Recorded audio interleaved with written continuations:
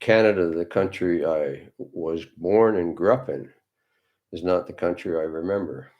And I think there's just too many people, and particularly mountain police officers, that say, "Oh, Don, keep me out of this. I didn't cause this. I didn't create it. So why should I have to deal with it?" Well, my answer is that because when we stay silent, our consent is to what's wrong. Okay. It's like saying, "Well, we agree with it. Whatever you do, don't bring me into it, Don." Well, that's the very reason that these things are going to continue to happen. Um, I have to say that what I want to talk about, I want to apologize to a lot of the public. The things I'm going to bring up are not just awful; they're criminal, and they're happening by people we trust: politicians, lawyers, judges, police officers that have really broke a trust they have with us, and many of them are not even being held accountable. Okay, yet we can pick some. I guess I could say schmuck, poor hardworking guy up in the field, and if he breaks the law, they're going to go after him to the T. But heaven forbid we talk about the who's who of society. And an example is when you look at my face, it's not age, it's wear and tear over issues we're involved in. And when you look at that, I have a pink beard and a pink mustache.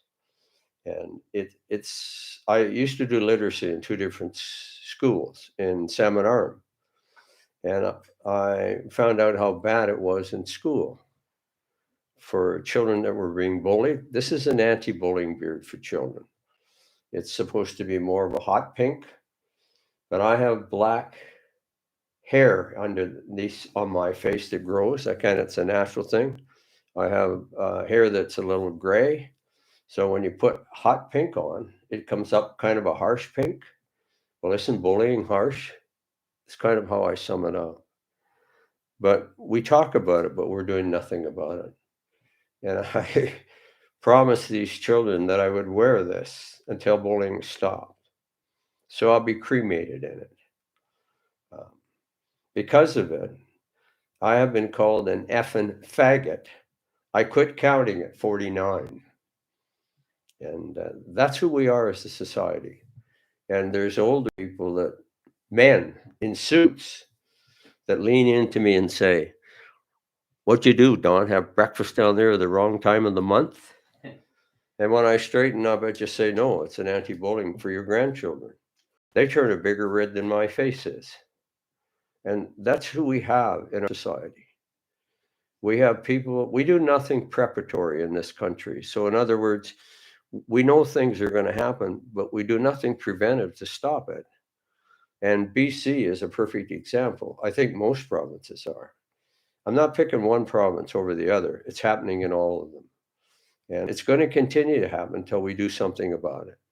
And like I said already, oh, keep me out of it. Okay. And a good example of BC is the massive flooding. The BC government knew this was going to happen for 50 years. They had indications all the way along. And we let it go to the point where what? It took out roads, bridges, viaducts, train tracks, and caused a massive disruption for everybody that was traveling in the province. And what they don't want to do, it's called budgets. Gee whiz, we don't have to spend that money, Don. Heck, um, let's defund the police instead. You can't defund these guys and gals any further. From the time I joined, we have been shorthanded. You want to help the police? Then stop committing crime. Then we wouldn't need all these police officers. But that's never going to happen, is it, public? And for members inside the force, if I ask the commissioner, the Rocated Mountain Police, to produce the sexual violence goes on inside the police force by other police officers, I think the percentage of the crime in that respect across Canada total would rise another 10 or 15%. Oh, heavens forbid, Don, we don't want to talk about that. And as a result, it just continues. There is no accountability for bad cops. A chief, a really super guy in British Columbia, his name is Jim Chu. And about 8 months ago, he came forward and said, we can't even fire a bad cop. And they can't.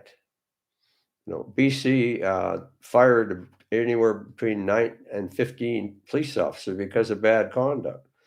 But because of being short-staffed, they brought them all back. How does that happen?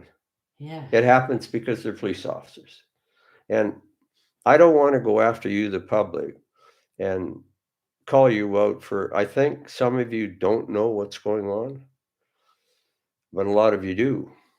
And for those of you that don't, after about 2 or 3 podcasts, with the amount of documents I'm going to bring forward, you will know.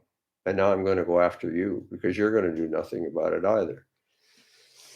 I live in a country that, to be quite honest, we do nothing about anything until it affects us personally. And now you're going to say, oh, aren't you going to help me? Oh, because you didn't help them. So why should they? I get into some subjects here that are going to be very emotional for me. And it's because I've been involved with their faces.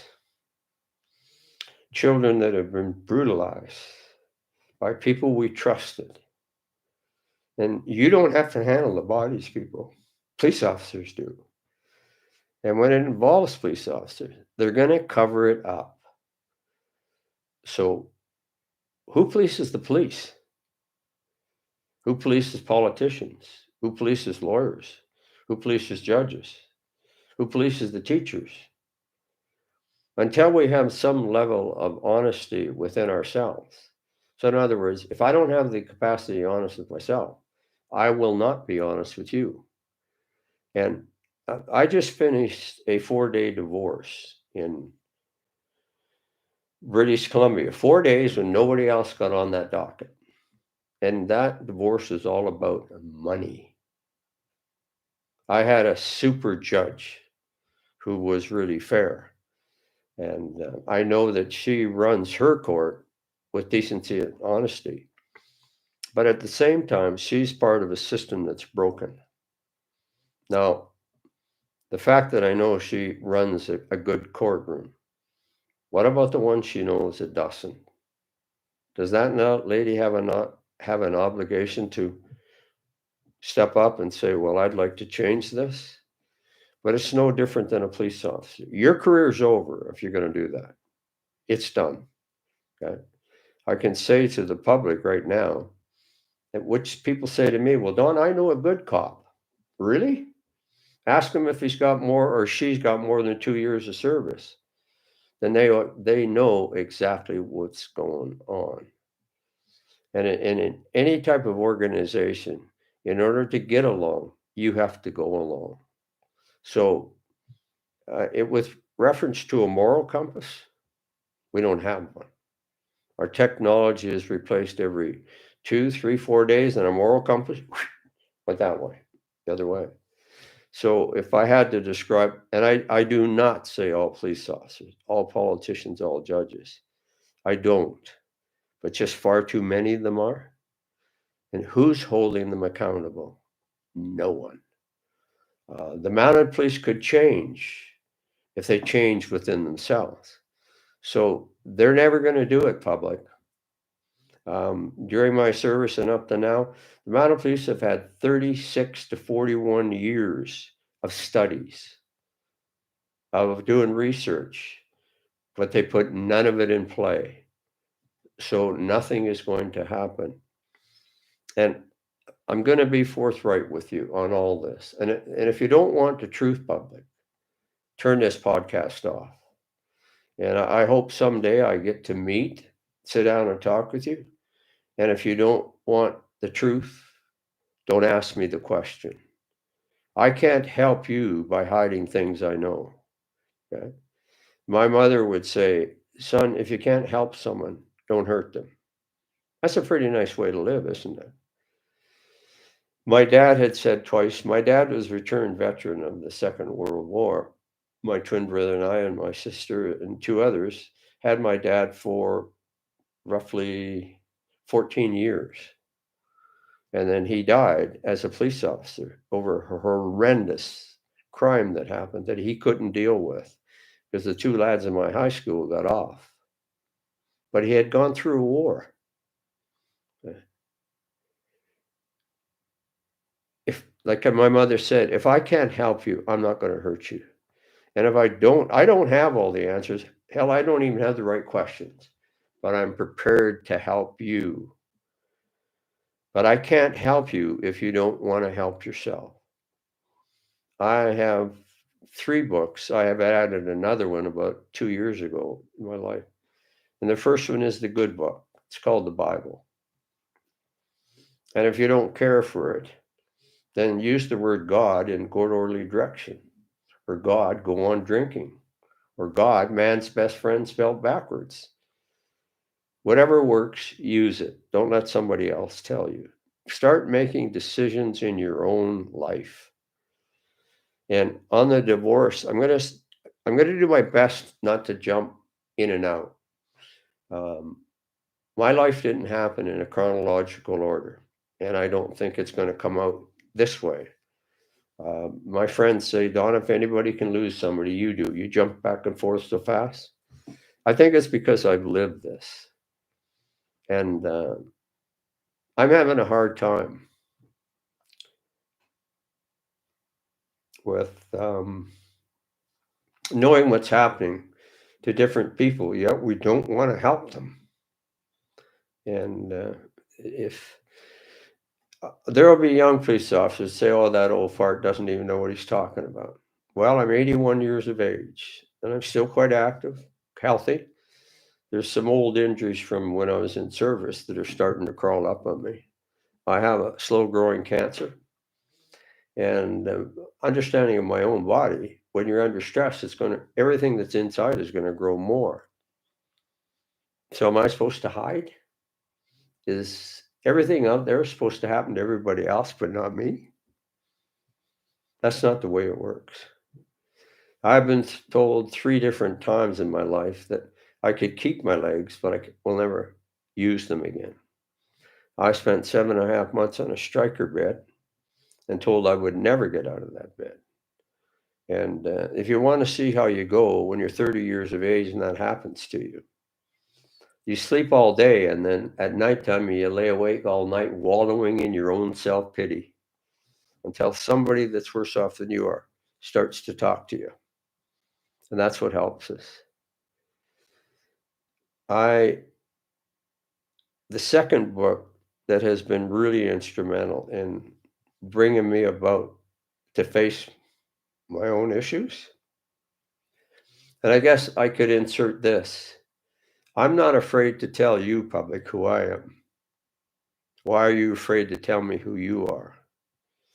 We have 3 kind of lives, a public life and a private life. And we all know one another, but we have a secretive one too. That's the one where we could get in trouble with, that you're having an affair on your wife or she's having an affair on you. And you're thinking, well, gee, I don't want people to know this. But you're the one carrying it around. Now, it's like trying to swim across the lake with 40 pounds of rocks on your back and you keep sinking below the water. Just get rid of the rocks. You'll come back to the surface. And it's also the reason that you won't stand up for somebody else. You won't testify in court when you could because you're afraid your own secret of life could be brought out. So why do you want to live like that? I don't. I think I did at one time. And the second book is called The Big Book for me. It's the book is called AA, Alcoholics Anonymous. And it has 2 smaller books that have 12 steps and 12 traditions. The landlady, Roman Catholic in Claire's home, Anna May and Joe Purcell. Those people don't come any better. And she said to me one day, Don, I didn't know this was for alcoholics. Well, only one half of one steps talks about booze, alcohol, if you want. The rest talk about a living program. So does the Ten Commandments, but we kind of tossed that away a long time ago, didn't we? It's my dad said to me one day, he said it twice before he died. I was really young. I was allowed to get a chauffeur's license because I was a single working son. I was not quite 15, and I was able to get a driver's license because I was supporting the family. My twin brother had gone on, he was going from grade 13 into university. He ended up with an honors degree and two with distinction, spoke three and a half languages. And I'm not bilingual, but there are police officers right across Canada that speak 4 and 5 languages. But because one isn't French, they don't get a bonus. Come on, public, wake up. I'm trying to put this information out so you can have better police officers. Because if we leave it to them, they're not going to change. Uh, we've had 2 commissioners. One was an interim commissioner. Her name was Bev Busson. Because I understand the way the force worked, she was the first. And the Mounted Police are a paramilitary organization. They haven't really changed that. So for a woman to now step into the man's life, she's going to walk into living hell if she tries to do something different. And I think Bev did the best she could. Could she have done more? All of us could do more. But in order to hang on to our careers, we're not going to. I think part of a big problem with the public is that they've got a little mixed up. They think having a career is different than having a life, and they need to separate that. Somebody can say, well, that's easy for you to talk. Nothing bad has happened to you. Well, I've kept a deadly secret for a long time. And my dad was the chief constable, and I was sexually assaulted at age 7. Every word that man said and what he wanted me to do and what he was trying to do to me. But who's going to believe a little boy? And the year would be 1949. I was still playing Cowboys and Indians, so why would that happen to me? It did. And these type of offenses happen because of people we trust. It's not the guy out there working in the mud and the blood and the beer who built this country. It's the prissy little people in Ottawa that are wearing suits. We call them snakes in suits. And we don't want to upset, oh, that's the who's who. We can't talk about them. They're my friends. They donate to my company. They are in our churches. They're in our children's playgrounds. They're in hockey, basketball, any sport there is. And take a look at what's coming forward in the paper and what has. Who's committing these sexual offenses? People we're supposed to trust who are in a position to be around children.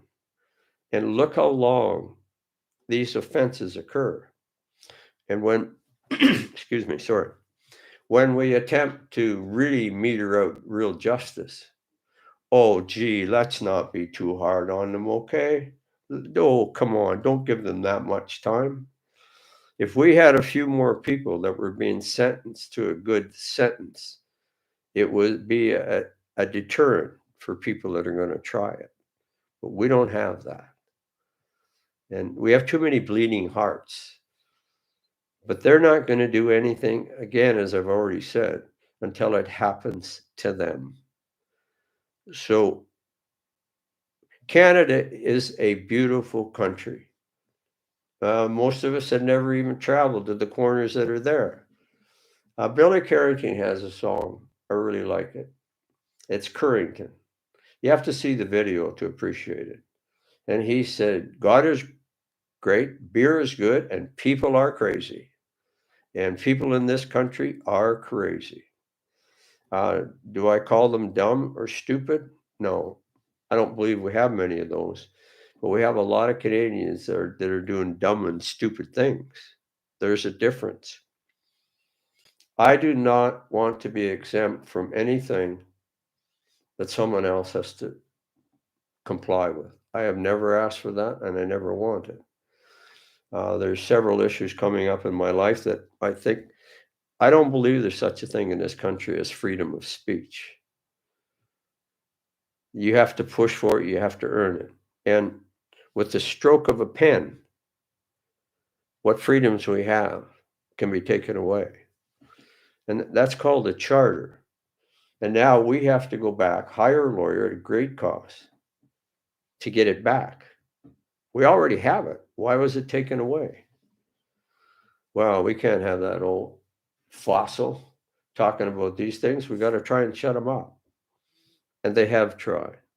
I've been threatened. My family's been threatened. I've had fecal smeared over both door handles of my truck and my car. I've had other things smeared on the windshield. I've had 4 flat tires and twice. Well, they had the decency to leave the valve stems on the ground afterwards. We go after people that we shouldn't go after so hard. I have a comparison I like to talk about. Who's the biggest criminal?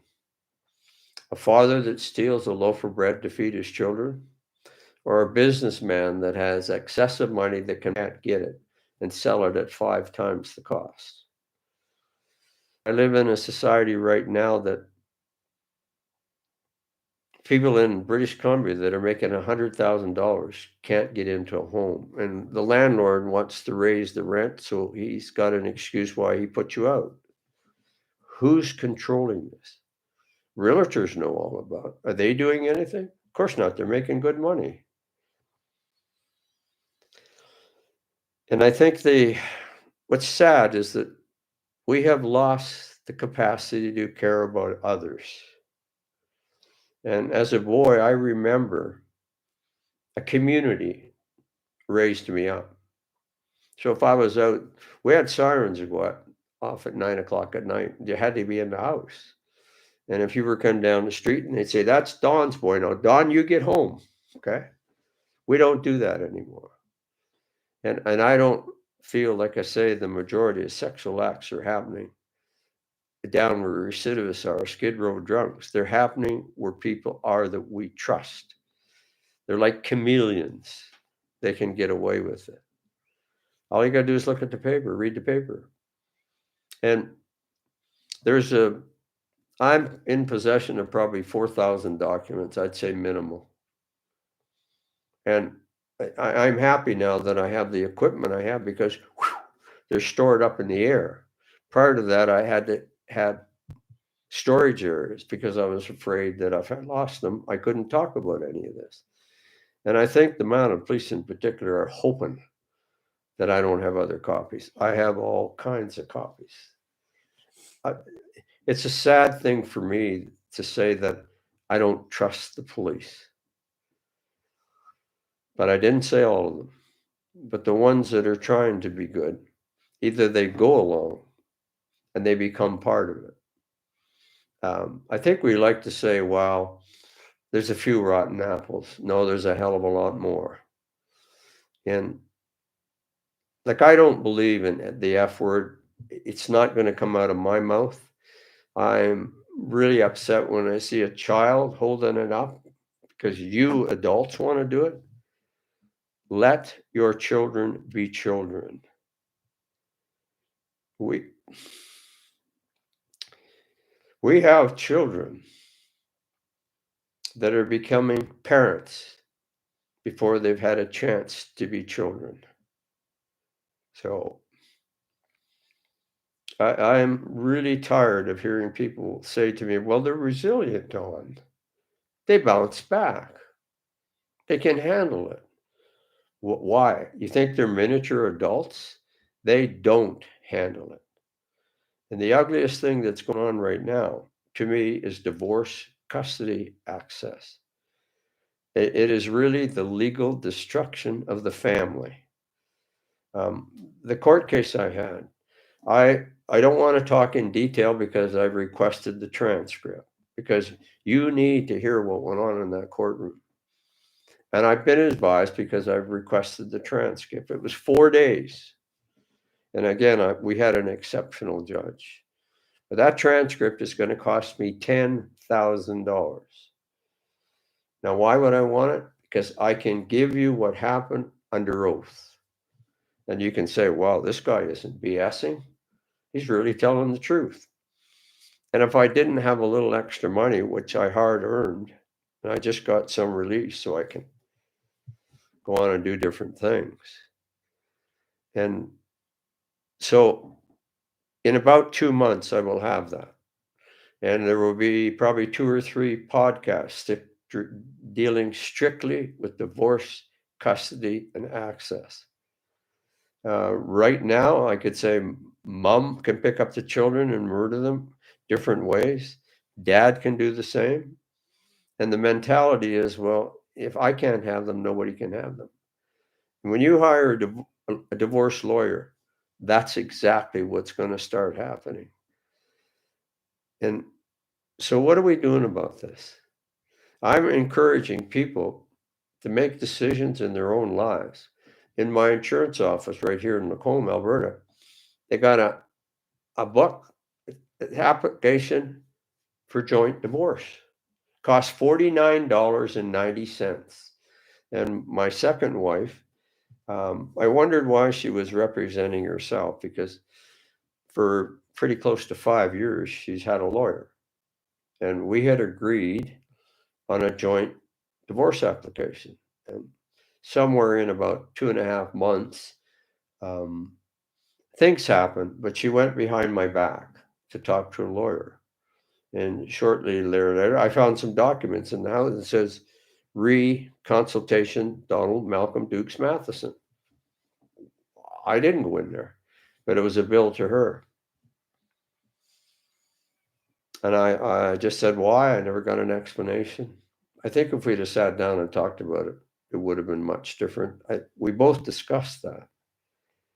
So was it more money? I can't figure that one out. I'm not going to get into the other things that I know happened because it's in court evidence. And I want to be able to give it to you, the public, exactly what was said. I don't want to feel like I put weight on my side of it and not on hers. You're going to get the truth. And the reason I want to do that, as I said earlier, I'm not afraid to tell you who I am. Why are you afraid to tell me who you are? I have a hard time when a child says, I don't have a dad, or I don't have a mom. They have, but they don't see them. Excuse me. Because of the way it's treated in our courtroom. And what I want to emphasize to you really strong, divorce custody access is in an adversarial system that tries criminals. So which parent is the criminal? Which one's innocent? Which one's guilty? None of them. I can say that the criminal justice system, it's not fair. It's not even keeping up with the needs of Canadian people. And lawyers and judges can fix this. But do you think they're going to step up? It's like the mounted policeman that says, I got to do more. Well, your career's over if you're going to step up. And what I want to tell everybody, and I think some mounted policemen don't even know it, is that the commissioner of the Royal Canadian Mounted Police several years ago became a deputy minister of the House of Commons. Now, who do you think controls the mounted police? Well, some of us old guys have known that for a long time. And for that young fellow on the street that says, I'm going to try and do something, your career is over. Until the upper ranks, the white shirts, we call them, I'm going to have a special section on these guys and gals, believe me. I like to say the gals first because that's the way I brought up. But we have a minimum of probably 13 deputy commissioners that are female. I want to say to you, the public, when did you ever hear a high-ranking police officer, male or female, talk about the sexual violence towards our gals and our guys, or tell you the stats on the amount of men that are committing suicide? I didn't hear a sound, people. Okay? And I don't expect I will. I know two families right here in Lacombe that stopped and talked to me that have female members that have recently died inside police forces in this province, and they've never been told why. I have a couple of photos here I'd like to show you. Like I say, my life, this wasn't happening in a chronological order, but in some of the future podcasts coming up, I have to have, if I don't believe in a God, I don't want to be here. And if I don't have humor, I don't want to be here. This is a photo, I think it's 2014 or 2012. And it's Mr. Mays did it, super guy. I usually pick up everything he does. And it talks about, I'll look into it. It's called sexual misconduct. Have a look at what's on the Mounties' eyes. It's a brassiere. Okay? And there's booze on the table. And this was 2014, but believe me, it's been happening long before this. Has this changed to what's happening to our gals and guys? No, we've gotten worse, not better. So who's going to change it? A high-ranking female? Hell no. You know, if she wants to get higher, how much higher do you go? How many high-ranking police officers are waiting in line to become the commissioner? There's only one seat up there, and we don't have much integrity in that one either. But there's a chap called Ray Benwari. I've known Ray for some time. He was the president of MPAC. It's called Mounted Police Professional Association of Canada. And they had asked me if I'd become an advocate for older fellows and gals. And I said I will. And I had days that I couldn't handle the phone calls we were getting. And this MPACT organization, their president was a sergeant called Brian Suve. And Brian Suve had a real close friend called Pete Merrifield. And I was receiving calls from young members that our union wasn't helping, but they were helping the who's who. And I had spoken to several female members because they called me and said, Don, Brian Suve, while he was in uniform, anywhere from 6 to 12 sexual harassment complaints disappeared. So who is this guy? And who's Pete Merrifield? Well, Pete Merrifield is a real close friend of Brian Suve's. So he jumped right on Pete Merrifield to help him. And Pete Merrifield, I have court transcripts on this if you want the production of them. And news people say, well, Don, where the hell did you get those?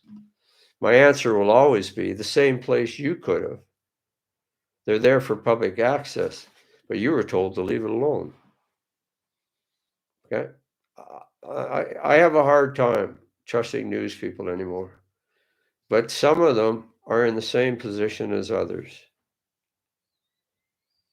If they attempt to put something out where their editor or their owner has said, nope, you're not reporting that, because that's usually friends of the who's who that are supporting these. So they leave it alone. And I pay for 4 newspapers a day. That's $12 and some cents. And shortly I'm going to stop doing that because this isn't going to change what I'm talking about. We're going to get worse. but I need hard copies so I can photocopy them, do another set, write on it, and do some more research. And I've got so that the Edmonton Journal and Calgary Herald at one time was this wide by that high and that thick. The ones today are that wide by that high and that thick. And when I picked them up, I say to the gal, well, gee, that's like 2-ply toilet paper. But not only is it that thin, it's the same content. Okay. Does it get a rise? Yeah, but there's a lot of truth to it. I have several documents here. I can't go through them all right now. This is called In Retreat. This is a book written what Pierre Elliott Trudeau did to the Canadian Armed Forces. He slaughtered them. They might as well be pulling toy wooden sailboats in their bathtub for the effect they have. And I do not default the Canadian military, women and men. And in any uniform, sexual violence is going on against female members. The hard fact is Justin Trudeau is now finishing up to kill the rest of the Canadian Armed Forces. You need to read this book. Go get it and read it. This is one of the cartoons I really like. This is a nurse that's leaning over about to put a fellow out under. She's going to anesthetize him. And she looks at him, and it says on it, "Hey, doctor, isn't this your wife's lawyer?" The look on the patient's face tells you what he thinks is going to happen to him. I have to show you some of this because, seriously, when we get on further, I don't think you're going to handle some of the things I'm going to tell you. So I try and put some humor into some of it because it's going to continue to happen. We are losing some of the best police officers because they can't deal with what's going on inside. And it's not from you, the public. It's from their own people that are doing nothing to help them. You know, you keep saying to me, fund the police. Please don't. Just stop committing some crimes. I think I already said that to you. Kind of cut down the wrongs you're doing. When I watch for protests, I hear people saying, well, I demand my rights, my rights, my rights. And when you get them, you're going to demand your wrongs now? Because that's how farcical this has become. Chris Christopherson wrote a song. It's called Me and Bobby McGee. And he says in it, freedom's just another word. And it is. You haven't had to fight to get it like our armed forces have. The number of young men that sacrificed and women that sacrificed their lives so you could have some of these freedoms, and you abuse them. And I think some of them should be taken away from you until you appreciate the country you live in. This is one I really like because it kind of calls out the people it should. This is a picture of a man in a well-dressed suit and a well-dressed lady. They're sitting on a Chesterfield, and 2 glasses of wine are there. And he says, marry me, and I'll go straight. No more lying and cheating, no more crime. I promise I'll totally quit politics. You think that's not true? Like I said, our first interim commissioner was a lady called Bev Busson, and she is a super gal. And she became the interim commissioner. She had the opportunity to do more. She's now in the Senate. Is that a reward for being quiet? I like Bev. I really do. She came up through the ranks when it was hard for females to even survive in her outfit. But somewhere along the road, did she sacrifice her soul? I don't know. That's something you need to ask her. She's in the Senate. You can write and ask her. Delays in justice system, a crisis situation. This is 15 years old. And if you think delays were bad back then, how about now? And I'm from Ontario, and about a month and a half ago, I decided to go home to see my sisters and other family relatives. And I went up to Ripley. It's where my mom and my dad and my twin brother were buried. And I go about every 10 years and I clean out the headstones, and I have a kit to do it with. And it's emotional. My dad should still be alive. Mom lived to 99 years. And my mother was a Bernardo child, a home child. And most of you don't even know what I'm talking about. So you live in this country. Why don't you know about your own country? Excuse me. They were children that were rounded up in Great Britain. They called them the scourge of the streets. My grandmother was quite wealthy. And when my grandfather died, she started drinking. And she couldn't handle all the children. They had 4 brothers. So most of the girls were shipped to Canada to do child labor. You can look those books up. No child would be allowed to do that kind of work today. My mother was 11 when they shipped her over. She had a steamer trunk, and my Aunt Avis was 8. And some of these children were never seen again. And the stories, you need to read them. You think you have it hard today? Read their stories. And the number of Bernardo children, dependents right now, number over 5 million in Canada. And I think more of them are learning about their mums and dads and grandparents.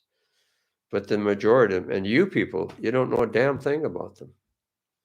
And yet you whine and cry about things that you have to deal with. Do I not know that some of you can't afford an apartment, a rent, food, heat, hydro? But what are we doing about it? Okay, I do my own shopping now. And if a product is 3 for $9, and one of that product really is off, you'll come back another week later and that product is now $4 itself. That's good business, but you're paying for it. Where are you getting the money? I don't have a problem for myself. I never believed in credit cards. I got behind and had to pay a large amount. I can't get on a plane without a credit card. I can't buy food on the plane without a credit card. I can't rent a car without a credit card. And when I watch people in the lineup buying things, they got 6 or 7 credit cards. You got to pay for that eventually. And I guess I tried to live with, if I didn't have it in my pocket, I can't buy it. I'm not going to criticize or judge how you do your life. But I kind of want to ask you to help others that aren't as fortunate as you are. I have a couple of nephews, my twin brother's boys.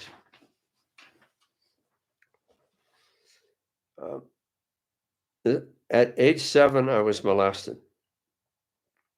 6 years later, my twin brother and I were violently raped. So please don't tell me I don't know what I'm talking about. I've carried that for a lot of years, and now I'm going to come forward with it. And I remember every word that was said to me in the physical act that happened. When this man let me out of his car at Tweed, Ontario, I was living in a home my mom and dad rented from a man called Joe Allure. And right across the street, a vacant lot, and right down into the Moira River. Runs right through Napanee. Some of the finest bass pickerel fishing there is. But it was also a river we swam in.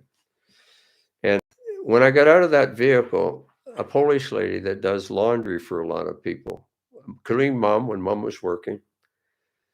I bled for 2 days.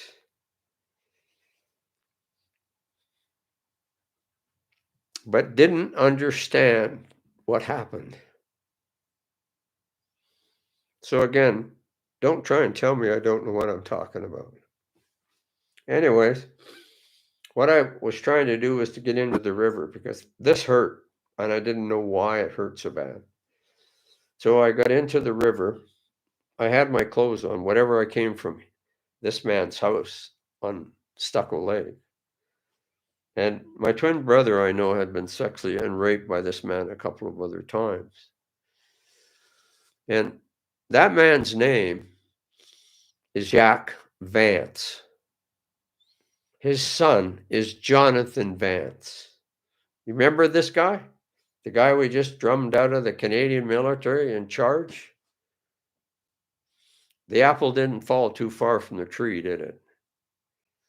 And I learned in history from other senior officers how many other children he raped. But why did the military keep it quiet? Why did the Mounties keep it quiet? Okay. My twin brother took his life over it. Okay. I didn't. But it changed me. No. Did I suffer emotionally? I didn't really understand what happened. But I chose a path of police work. And on that path, you would think after a while that I could get even. That's not what I'm about. If I, as a police officer, put a hand on a guy because I have a personal problem, no matter what that man's charged with, he's got off. And I'm not going to talk to you about all the things that happen in the police force, because trust me, you can't handle it. You left that up to me and other police officers.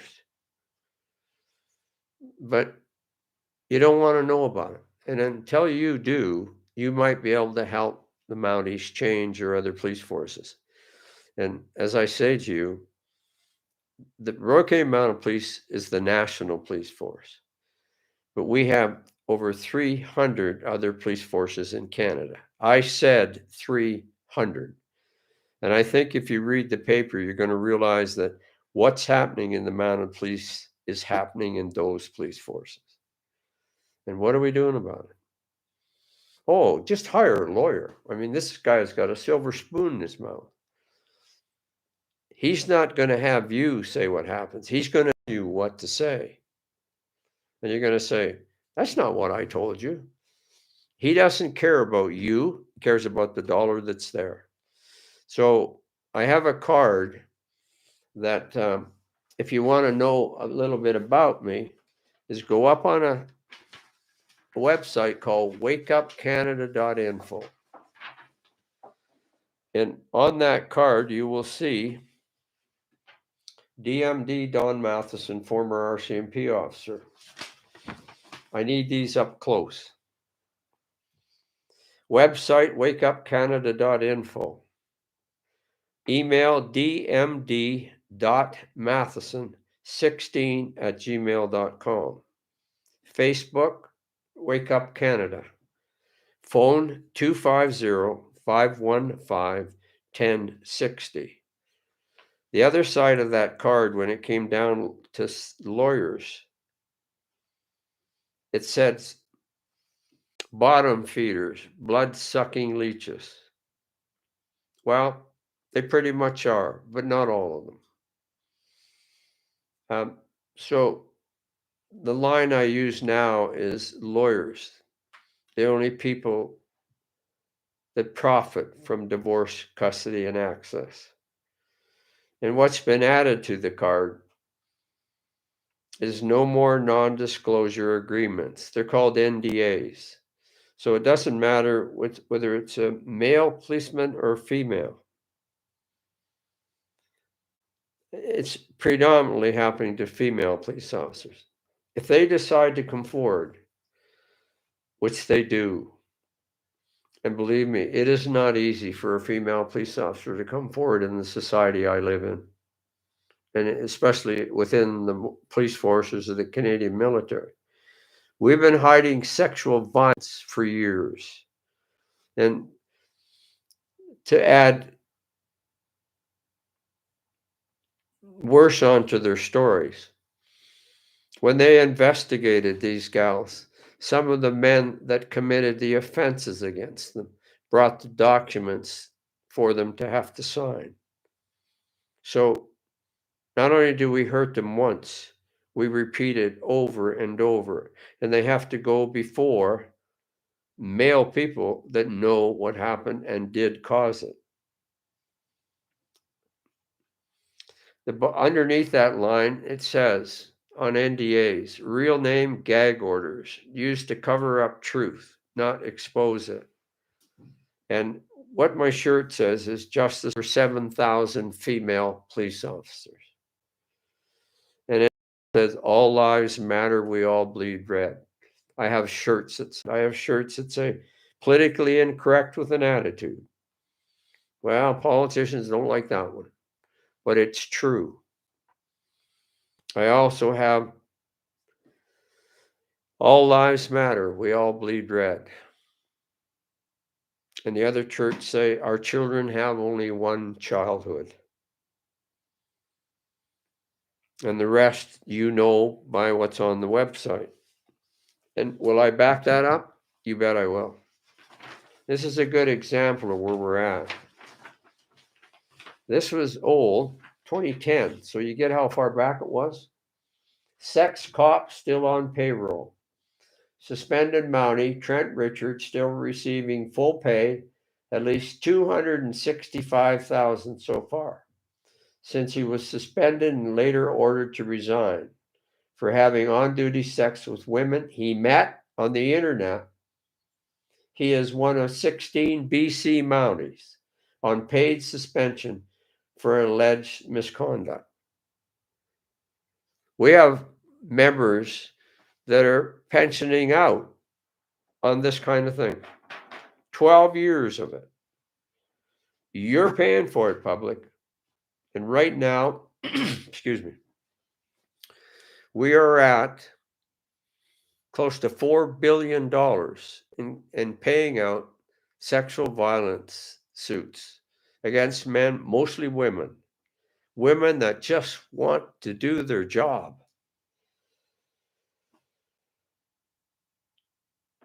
And we do nothing about it. But I think this might annoy you people because you're paying this $4 billion, not the mounted police. It's coming from you, the taxpayer. So if that doesn't move you off your bottom, I don't know what will. This is a beautiful young lady. Her name is Carolina Farrell. She's a staff sergeant. Her lawyer sent me some documents that allowed me to get. If you try for a file number in British Columbia or even here, there's probably only 4 circuits. So you can go on site and find a lot of these documents. In Ontario, there's probably 200 areas. And if you don't have the docket number, you're probably not going to get it. But you can pay to have these transcripts. They're not in camera. And I have about 9 of them of women that have settled. And I'm going to introduce some of them. And you're going to get nauseated over what these gals had to go through. And in one case, 18 male members knew about it, but not one would support her. Okay. This was after 3 decades of, she was on the musical ride. And one of our commissioners would never let a story come out because the musical ride was his pet peeve. Okay. It doesn't matter about the riders on it. You need to know about this stuff. And for me, I have a real worry for you and your children. I don't say all police officers, but I think most of you have read the papers or heard an article when you hear a Mountie say, or a city police officer, Oh, I feared for my life. So I shot her or shot him. What, 14 times? 7 times? 9 times?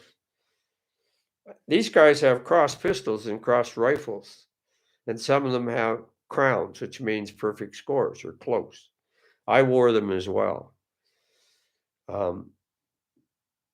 It's better than having a bare sleeve. But maybe in the future we should have a heart in a circle and a brain in a circle. And how about a backbone in a circle? I think that's what the public would like to see. I have a hard time because locally right here, just a short while ago, I hadn't been here very long. I've been here since April. But I'm back in an area where 62 and a half years ago, I was a police officer. The population of Red Deer was 13. There was 11 of us. I'm not upset about, but I have a hard time driving around. I've been to 13 places I've been stationed, and we're not getting better. We're getting worse. We're putting up massive structures. The ones we could maintain, we don't. Knox Presbyterian Church in Red Deer, I was on the board of managers. Homeless people urinate against it. They draw circles around it. During my time, I remember when the front doors were never locked. And there was a coin box in the vestibule inside. And that church was not locked. Look where we are today. How many of you talk to somebody that's on the street? I do it often. And I've met some super nice children that are on their own on the street. And I guess what I'd like to say that there's probably in Canada right now 1 million children in good homes that are crying alone. And next year, there's going to be 1 million more on the street by themselves. I have my twin brothers, boys. I'm in touch with them one every Wednesday night, which I just remembered. This is the night we talk. My nephew will understand that. I meant to call him this afternoon. But he said to me over 9 months ago, "What's the fastest growing industry, Uncle Don?" And this lad is really sharp. He follows a lot of things. In fact, I think he's the one that keeps our whole family up on top of things. And I laughed and I said, "Lawyers."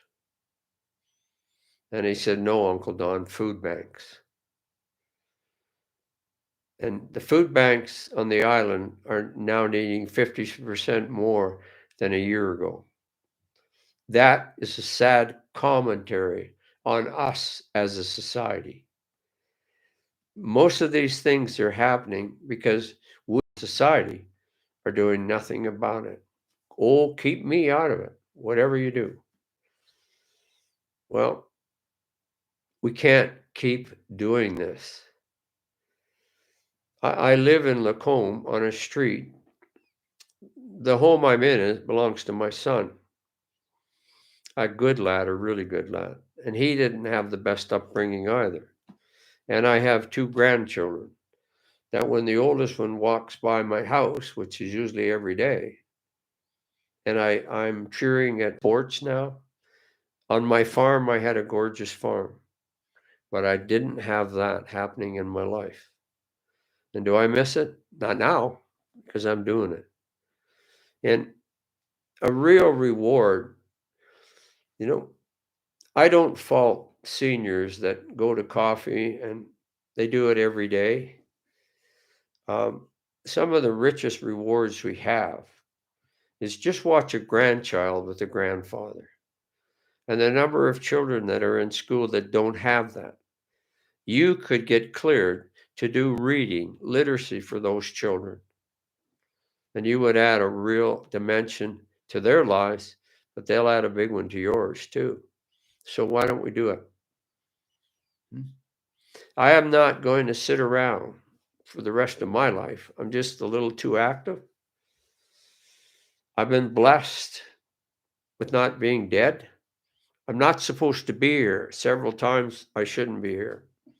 And one was a bear incident just west of here. When I'm doing things daily now, I forget that I was stationed in Alberta through all my service. And I've been to 13 of the places I was stationed. I think I already said that. And I'm saddened by what I see. We don't care about one another anymore. Right now, the biggest issue that Mounties that I trust talking to say, Don, get rid of that damn NPF, National Police Force. It's the new union for our guys. They don't give a damn about their own people, and they're not trying to help them. And I can just hear them now. Oh, yeah, we're going to shut this guy down. Give it a go. People better than you have tried it. And if somebody, because I forthright criticize a system, gets upset, then something is wrong with that system if you can't take constructive criticism. Now I want to know what you're hiding. Okay. The street I'm on, there are young, middle-aged, and older people on it. And what I watch daily is people just trying to survive. And I like to say that people that built this country, that worked with their hands, and if I can't do that sometime in the day, I have to be outside. Okay. And the house I'm in it's a nice house. It's built in 1926, but it hasn't been maintained. Okay. And I'm going to pay the cost to maintain it because of where I live and what I'm enjoying now. Because of a settlement, I have that. Okay. I could buy it, but I don't want to own a home because then that keeps me here all the time. But when I look around compared to what I had as a boy, our children today don't have the enjoyment that I had as a child. And the biggest issue I want to stand up is for our children. Okay, yours and mine. And you need to see what's happening to these children. And what I'd like you to be able to do is sit down on the backs of your heels when you're talking to a small child and have a look through their eyes. You just might see the world the way they have to see it. They are the future of this country. And frankly, with what I'm watching, they don't have a hell of a chance. And they deserve better. Okay. I covered ground that covered 16 reservations. And don't tell me I don't know about the Indians. I have quite a history with them. 5 native people put that sign up that's on my farm. That's it.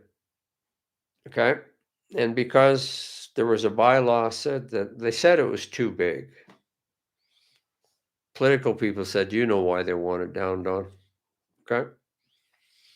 And Judge Groves from Kamloops said, Don, if you do this under the charter, you will win this. Well, an issue came along and there was a forced sale of my farm. Excuse me. I thought I would die on that property, but things are changing around. They're so drastic. The best neighbor I have is selling his farm. There are things happening with the land that the logging's clearing everything out. Drainage doesn't happen in the lake property. So I think sometimes we end up where we're supposed to be. We may not like it, but have a look around and see what other people have to live with. I am fortunate to have met the people I have in my life, good, bad, and indifferent. And those that are bad have taught me what I don't want to be like. Okay. But do they still have a good side? Forgiveness requires 2 people, not 1. And I think if some of us knew what happens to younger people in prison, we've got to find a better way to help them. And this lady could have done more. Her name is Beverly McLaughlin. She was really the first strong Chief Justice of the Supreme Court of Canada. Um, I'm not going to go into personal comments right now about her, but she is now writing different books. They're kind of mystery books. I don't think she's paid for them. I think she donates it. But with the talent and education, this lady, she came out of Pincher Creek, another area where I was stationed.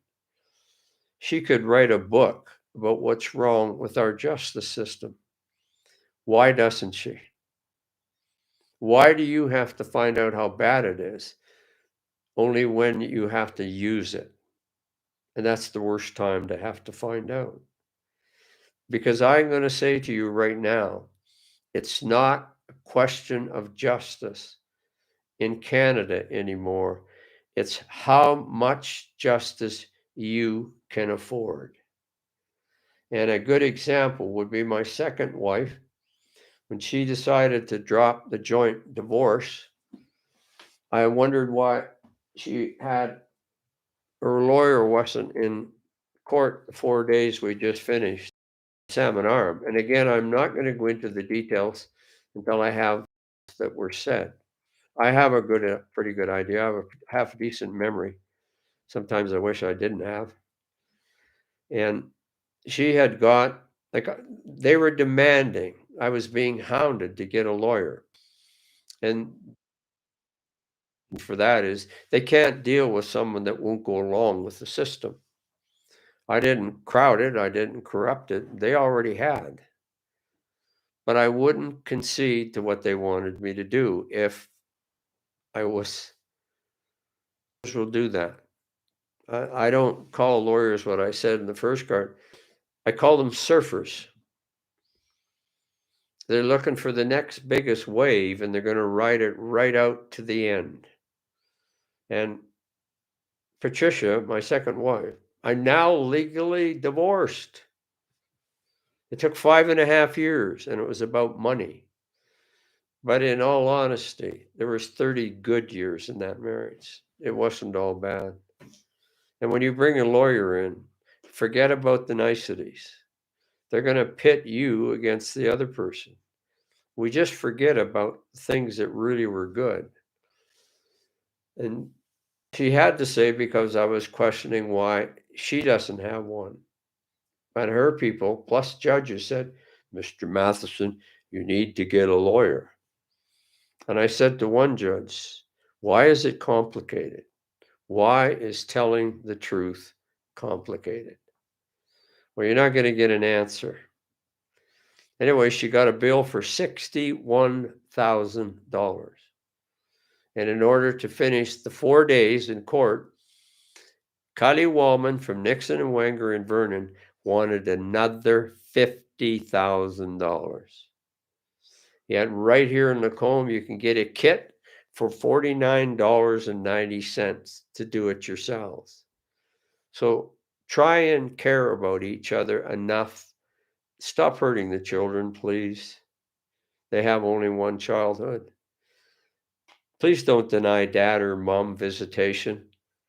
There are too many fatherless and motherless out there right now, and they're not going to make it. And I'm tired of hearing you, so-called experts, saying, oh, no, they're resilient. No, they're not. I talk to adults that were bullied. They're still having a hard time because they recall what happened to them. I grew up in a time where we said, sticks and stones will break your bones, but names will never hurt you. Well, it's the opposite. Bones heal. What happens to you inside destroys you. You don't get over some of those emotions. Your whole life takes on a different style. We judge our children today in class circles they're in. The ones that have the good clothes, the clothes they wear. I am one of the founding members of the Brain Injury Association of Canada. I suffered a real serious head injury in a sport. I lost roughly 11 years of my life. I didn't know who my wife was, my son was, and it took time for all this to come back. I became a very angry person. I had words coming out of my mouth that I don't use. And I got some professional help and a Dr. Samurai who does all our serial killers. I met him in Kelowna, and he had been renovating an old home. He's a super guy. And the old homes come down the stairs, they widen at the bottom and they round. And he was moving some construction material and he fell backwards. And he was dealing with the same thing I was. And the brain is really intricate because something kept saying to me, Don, you've done this before. You can do it again. Yeah, I was up on a roof and I wasn't supposed to be up there. And I came off it, not down the ladder, but off the roof. The system still fights you inside, but a brain injury is hidden. You don't see it. And we are so far behind in Canada with dealing with it. We're trying a little more. I was at a conference down south when a young lady from Kent, Ontario, after she heard me talk, said, would you be interested in coming to the founding meeting in Pierrefonds, Montreal? And I said, yes, my home's in Kingston. And at that time, I was the president of the Brain Injury Association in the rural area of Salmon Arm. We're not helping them the way we could. We make fun of them because you can't see the injury.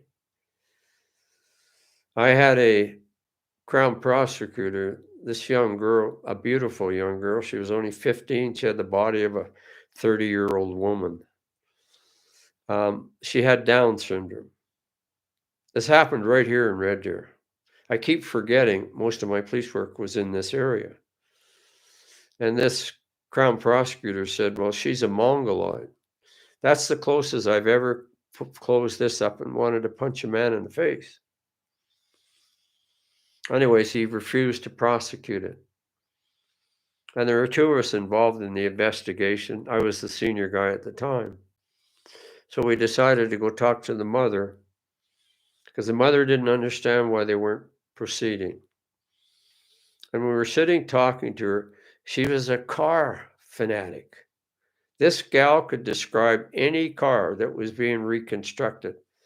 So we sat with her for a while, and then she took us to where she'd been raped by 3 guys here from Red Deer. She described that car to a T. So we knew who owned it and we knew who his friends were. So we pushed for the prosecution, and all 3 of them got convicted. Why do we not help the lesser person? Because Crown prosecutors and lawyers want percentage of convictions. They want to build a nice press. And we're going to move on to 2 others because I want to tell you what's coming. There's a beautiful young lady, and her name was Arlene Westervelt. She was a registered nurse, and she was married to a Berticus, Bert Westervelt. And they, after some delay in the Mounted Police, they finally decided to redo an investigation. And that disappeared. And it disappeared because Berticus Westervelt had a close association with the superintendent of the Royal Canadian Mounted Police. In fact, I interviewed a man in Edmonton that taught them how to move drugs and set up the equipment in Lake Country. Justice for Arlene. But none of this evidence has come forward in court. And when they found out that there was a superintendent in charge, oh boy, here goes the investigation. And then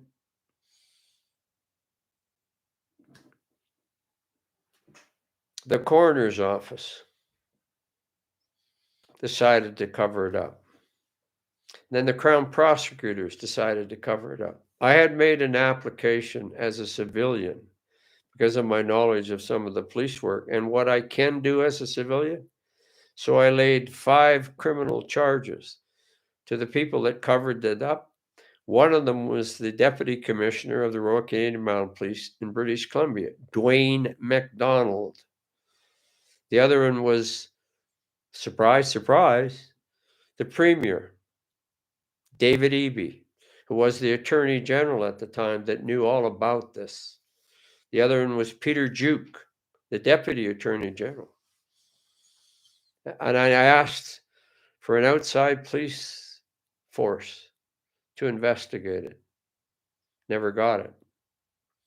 I laid these criminal informations, and then a short while ago, they all got withdrawn, all got dismissed.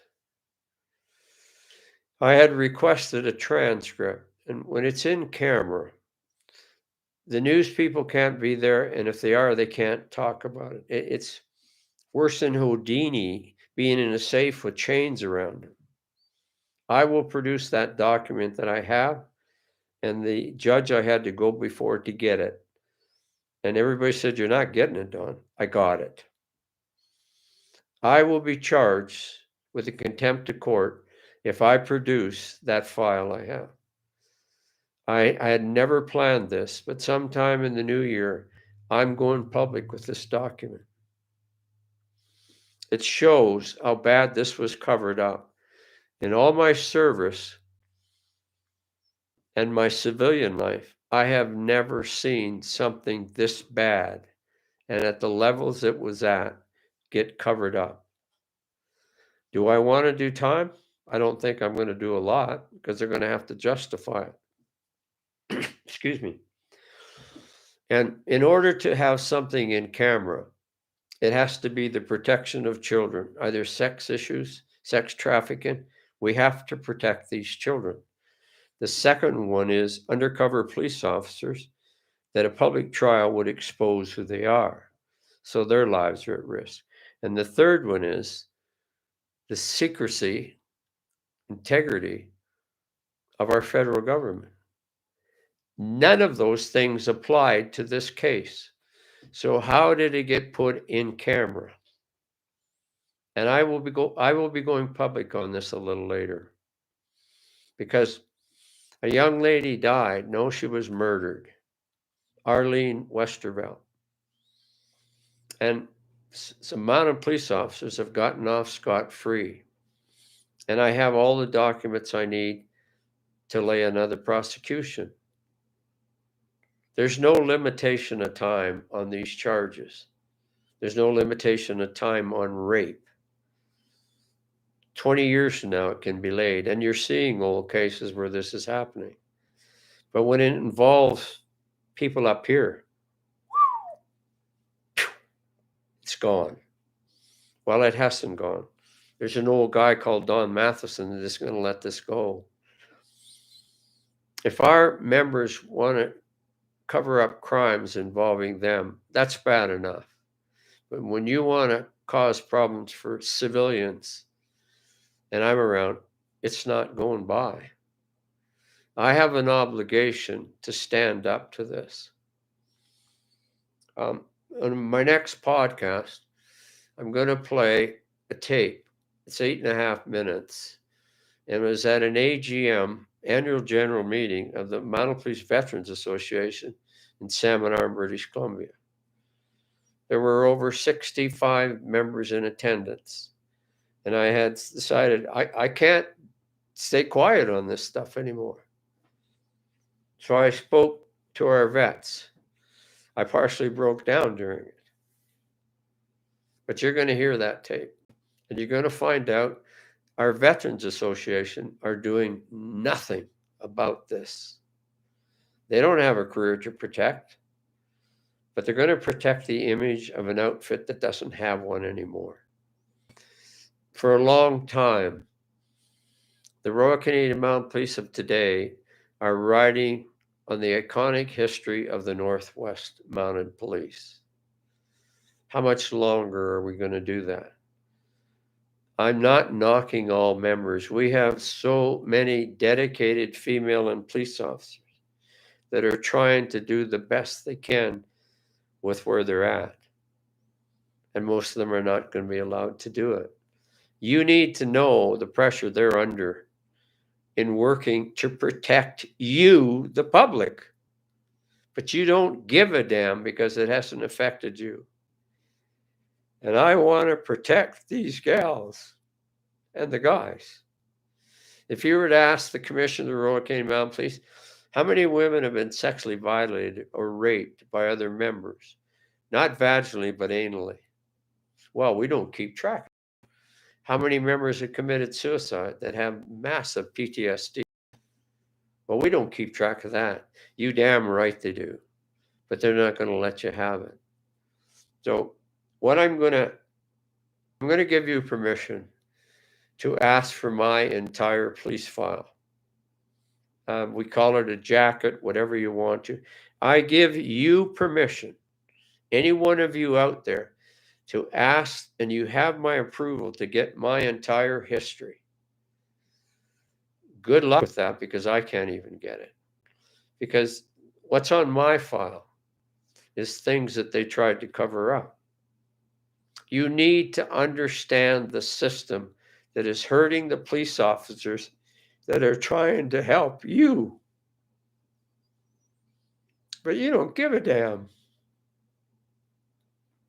We are losing some of the finest police officers that we have. When I was in Ottawa here with Ray Benwari, Ray lives in Ajax, and he was the president of MPPIC, Mounted Police Professional Association of Canada. And I'm going to tell you how NPF got in, and it's going to make you sick to your stomach. It was all about politics. Had nothing to do with helping the guys and gals in the field. So when are you going to help, public? These are people that are trying to help you. And what I want to show you is the stress that they're under in order to carry out that duty, that job. I like to call it a career, because I think a job is something like just over broke, proper letters. There is no accountability right now for police officers. None. Okay? I went through the time. I can produce documents in 1941. I got further back than that. When two black men, well, then they were called Negroes, applied to get into the force. And I have a letter direct from Ottawa that says, well, I think when you do their application, we can find a way that we don't have to hire them. That attitude has existed for a long time. You have a juvenile twit called Justin Trudeau.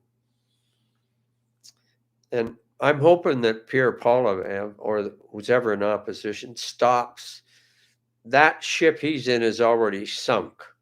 So get off it. Canadians are tired of you playing tit for tat. Step up and do something for the Canadian people. They need you right now. I don't care who gets in Parliament. I want somebody that does something for the good of Canadians, not for themselves. And politics is self-serving. And if you don't know that, you better learn it. They make meaningful promises when they are running and want to get in. But they know at the time that they're empty. They're not going to fulfill them. Why don't you ask Trudeau how many promises he's completed? Maybe 3?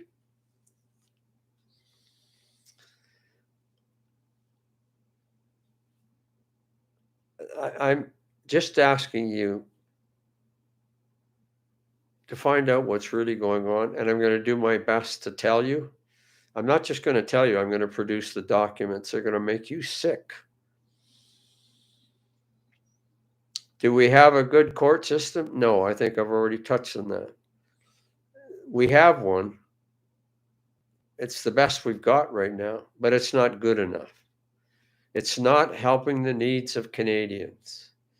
And the people that are inside this system are not coming forth to change it. So what happens to you and I? We have to get, excuse me, if the female nurses stood up for the female Mounties, the female Mounties stood up for the female teachers, nurses, people that work in the beverage association, work in the tourist industry. That's called united we stand, but divided we fall. And governments know that right from the beginning. The more we can divide each other amongst each other. And when I said that to you, I want to, people that are very learned, it's not a main thing with me, but between means two or less. Amongst means three or more. Can you please get that right when you're talking about it? And one that I have, it's a bit of a burr under my butt. Damn is not my God's surname. Okay? And I think I told you what I've been called wearing this. Does it bother me? It did for a while. But to sum it up, and I'm going to hit you with this, that's the society I live in. So are we all happy with that? Well, if you have, you've accepted second best. I get involved in this issues because I want to help you. I would like to make your life a little better. And I have to say the reason I'm doing it because my parents brought me up to do that. And so do a lot of, because say I didn't work with good police officers. I work with great police officers. And when I reel out the volume of what's happening inside the force, I'm a person that likes to keep records.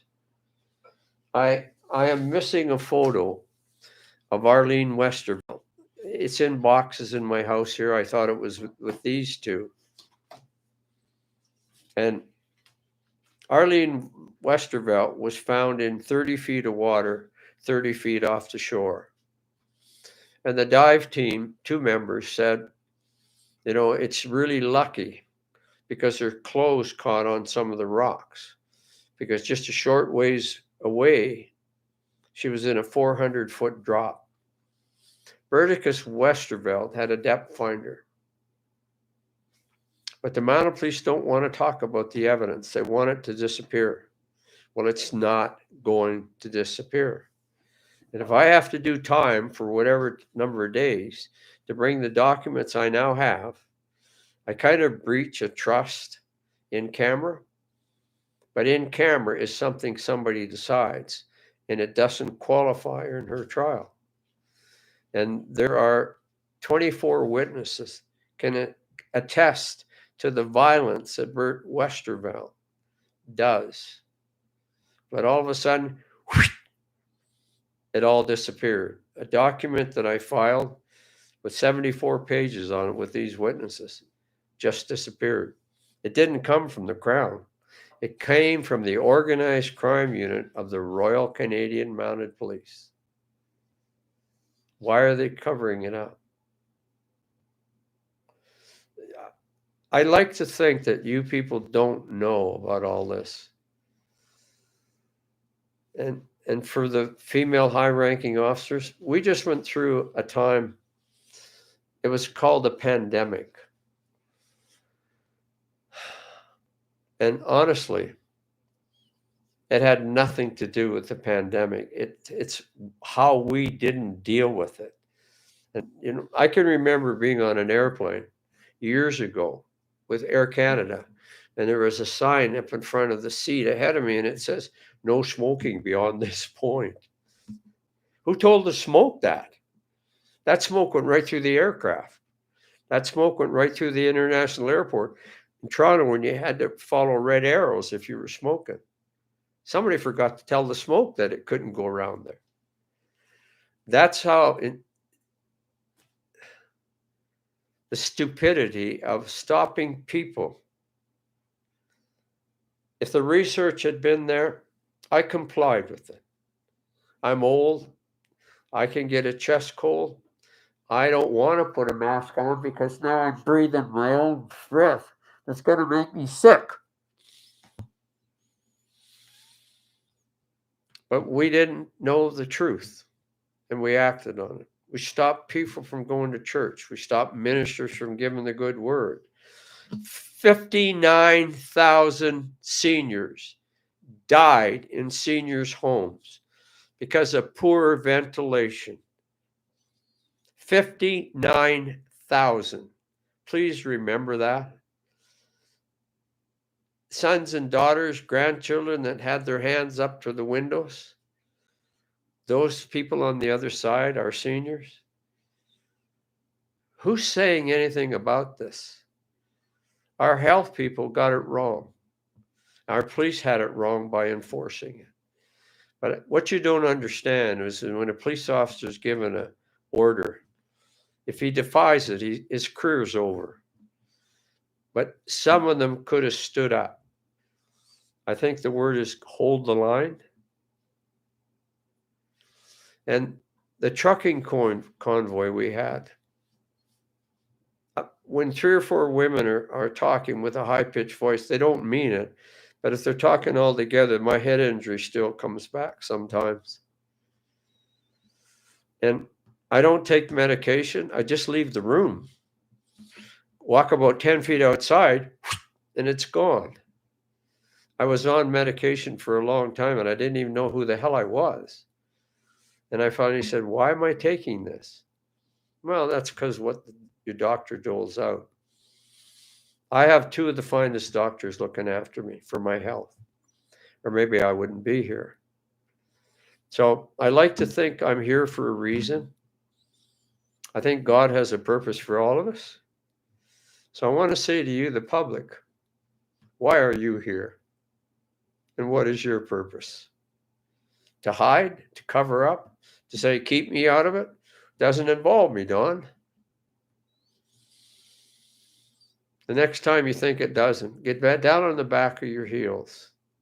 I can still do that quite often. And a lot of times I had spurs on the back of my boots, and I was still sitting on them. And I saw the world through the eyes of children.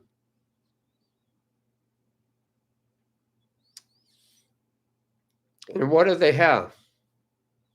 What do our children of today have to look forward to? You know, there's a saying out there that you can look after yourself and do well, but how about you look after others that don't have the opportunities you and I have?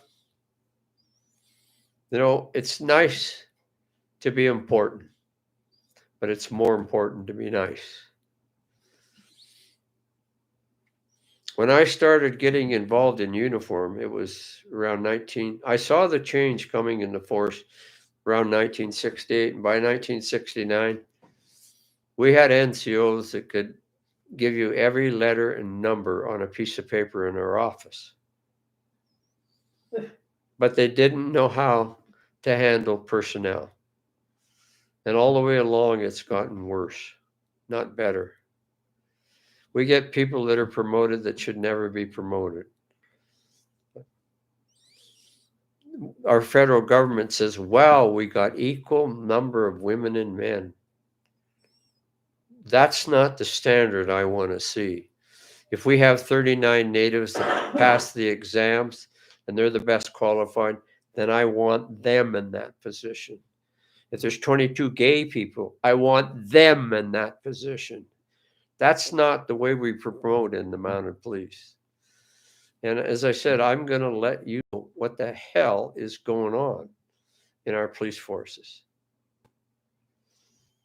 And in a few more podcasts, I'm never going to run out of the material I have right now. And you're going to get a lot of it, but I'm not going to go into the details of deaths because you can't handle it. This is called the fist. That fist, in a 9-hour period, while I was stationed in Claresholm, knocked on the doors of farmhouses to tell the family inside, a loved one, that they weren't coming home.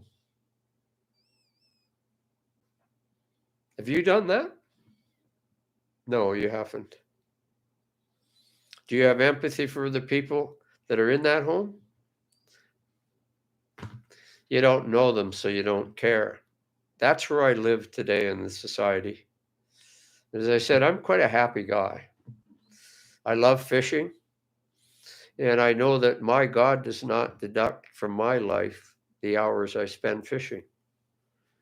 My dad used to say to me, sit down and listen when you're out there, son. A lot of you people out there right now, you're dealing with an investigation that has no closure. And a real good investigation, if there are no leads, those leads will come from you on the street. But if you don't care for the police, you're not going to help them. But they're going to help you. Uniform members are not, the boots are not always on the ground. You see something that you think is not right, tell us. Give them something to work on. Now you'll find out how qualified they are. Never mind all the stuff you read in the paper. I think there's enough of us that are going to try and look after that part. My son was caught. All right. So another case I want to talk about, because you're going to get a couple of hours on this one, is a beautiful young lady called Heather Gray. I'm sorry that I don't have Arlene Westervelt. That's Heather Gray. She's alive, but she's lucky to be alive. She's a former Moose Jaw City police officer that was so honest and caring that Regina said, we want her here. What happened to her should not happen to any police officer. And in the next podcast, I'm going to hold up 10 of these pictures, not hers, but the people that caused her violence, her sexual assault, and that have also covered up this guy. What does a rapist look like? Could it be Evan Bray of Regina Police Service? He stepped down in June. Oh, said it's time I should retire. 7 different people of the highest rank in the province, including Scott Moe, the current. Brad Wall has known about this guy for 17 years. This guy, Evan Bray, raped his own daughter's babysitter. Now, the wife has protection as long as she's the wife. She doesn't have to testify. She's protected. She's not the wife anymore. There's another wife. I'd done enough research on the second wife. She's a lovely lady. But if she had known that Evan Bray raped a babysitter, she would never have married him. But I'm going to introduce the people that have covered this up, and they are in the highest of ranks of the legislative building in Regina. From my farm, it was 1,300 kilometers one way. I went there 3 times to do the investigation, and nothing happened. Even the news people they disappear. Well, it is not going to disappear. And this is the picture of a young Sikh lady that 2 senior Mounties were having sex with. This is her graduation picture. Look at it.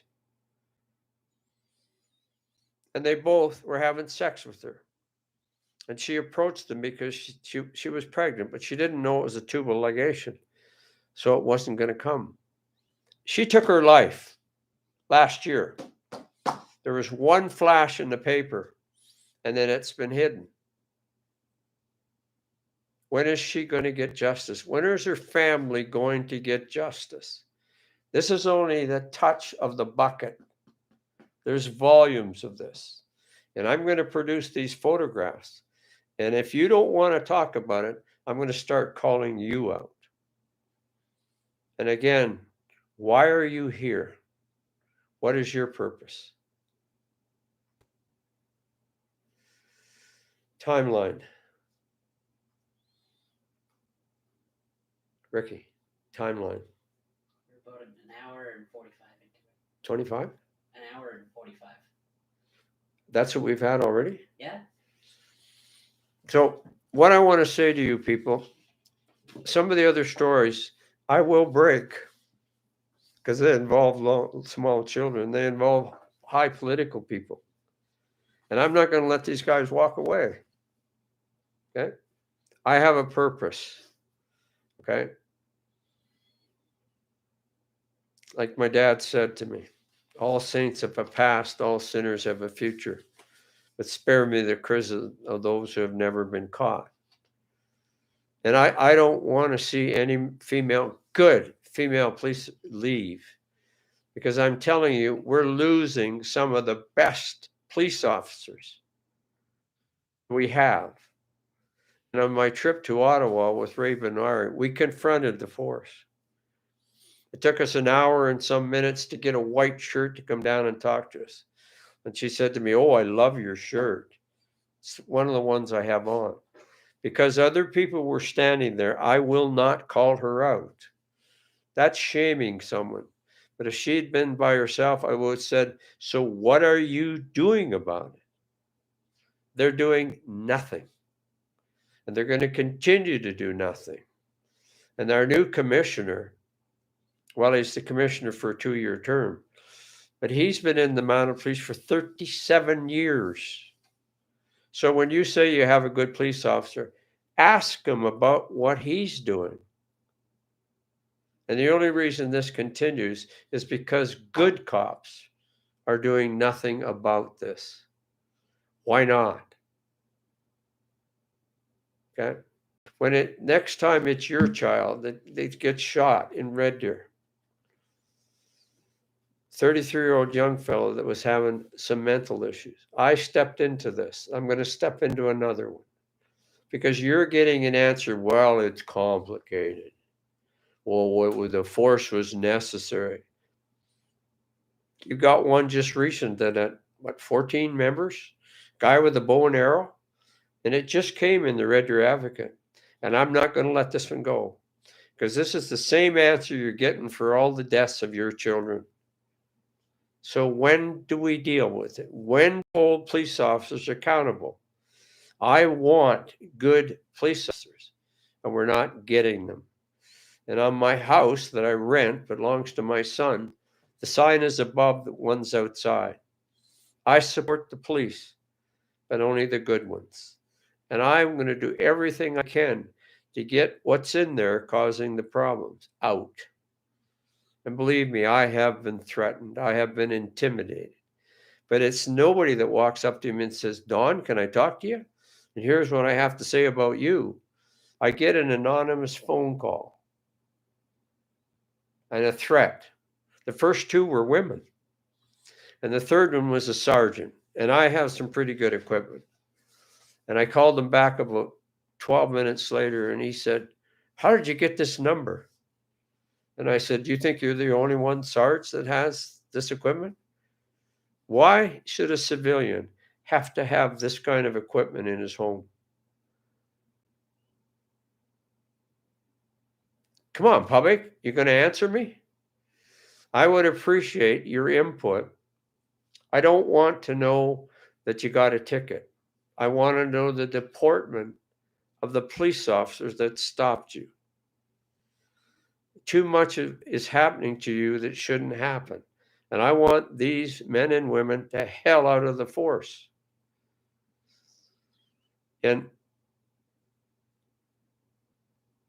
what I want to say to you right now is thank you for listening. Have somebody with you on some of the ones that are coming up, because they're really emotional. And I apologize to the people that are going through this emotion, because I'm going to be bringing up emotion that hasn't settled for you. And what I want to say to you is good health, much happiness to you and yours. Stay well. That's not a request, that's an order. And I would like to say that I'm hoping to go up within 2 weeks on some other information. And there's a lot of politicians involved in this one. But I want to complete and help justice for Arlene. And I want justice for Heather Gray. Are you going to help? How does Regina hide the rape of a babysitter by the chief of police and nothing happens? And I'm going to give you the faces of the people that have covered this up. And like Brad Wall, a former premier, he's known about this for 17 years. Murray Mandrick, a reporter, I spoke to him. Oh, heavens, Don, why can't we just talk man to man? Here comes another cover up. Well, I'm not going to let this happen. Why do I want to get involved? Because you don't. Because if you did, I might not have to do all this. But that's the way I was brought up. So take care. The very best. We'll see you in 2 weeks.